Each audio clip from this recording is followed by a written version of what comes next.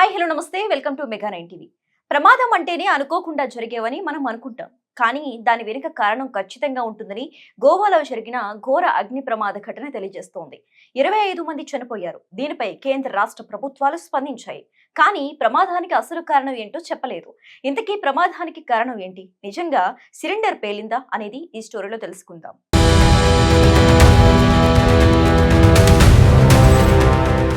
ఉత్తర గోవాలోని ఆర్బోరా గ్రామంలో ఉన్న బెర్చుబై Romeo లెన్ night club లో శనివారం అర్ధరాత్రి ఈ ప్రమాదం జరిగింది. నైట్ క్లబ్ లో సిలిండర్ పేలటం వల్ల మంటలు చెలరేగాయి. స్పాట్ లోనే 25 మంది ప్రాణాలు కోల్పోయారు. ప్రమాదం గురించి తెలుసుకున్న అగ్నిమాపక సిబ్బంది హుటాహుటిన ఘటనా స్థలానికి చేరుకున్నారు. అతి కష్టం మీద మంటలను అదుపు చేశారు. రాత్రంతా కూడా సహాయక చర్యలు కొనసాగాయి. 4 పర్యాటకులు కాగా 14 మంది సిబ్బంది ఉన్నట్లు ప్రాథమిక నివేదికలు వెల్లడిస్తున్నాయి. మిగిలిన వారి వివరాలు వెల్లడి కావాల్సి ఉంది.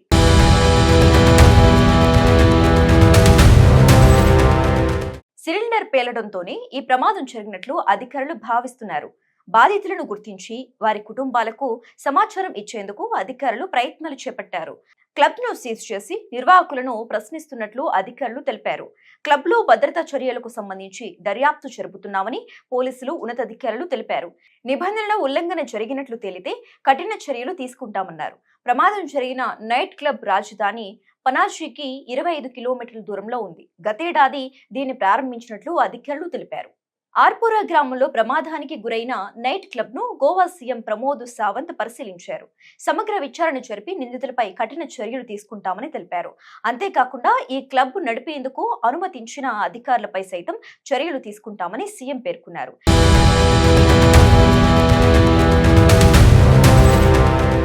ఈ ప్రమాదంపై రాష్ట్రపతి ద్రౌపది ముర్ము విచారం వ్యక్తం చేశారు.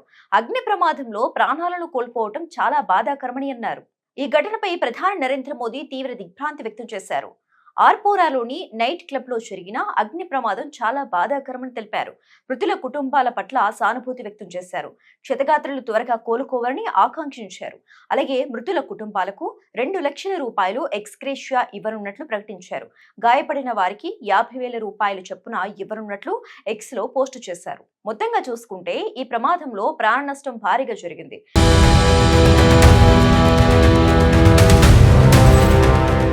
క్లబ్ లోకి వెళ్లే మార్గం ఇరుకుగా ఉండటంతో పాటు అలంకరణ కోసం క్లబ్ ముందు ఏర్పాటు చేసిన టపాకుల వల్ల మంటలు వేగంగా విస్తరించాయని స్థానికులు చెబుతున్నారు.